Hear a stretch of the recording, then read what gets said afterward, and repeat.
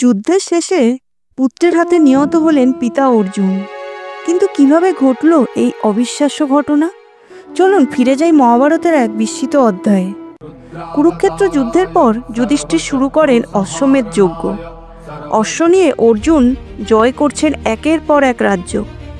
একদিন সেই অশ্ব পৌঁছায় মণিপুরে। রাজা ছিলেন বহুব্রাহ্মণ, অর্জুনেরই পুত্র জানে না তার সামনে দাঁড়িয়ে আছেন তার পিতা। যুদ্ধ বাঁধে পিতা পুত্রের মধ্যে, ভয়ঙ্কর সংঘর্ষ।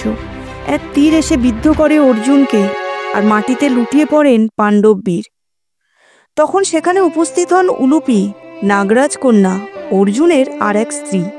তিনি জানান এই মৃত্যু আসলে দেবতাদের ইচ্ছেই ঘটেছে, কারণ অর্জুনকে কুরুক্ষেত্র যুদ্ধে পিতামহ ভীষ্ম, গুরু দ্রোণাচার্য প্রভৃতি মনীষীদের হত্যার পাপ থেকে মুক্ত করতে হতো।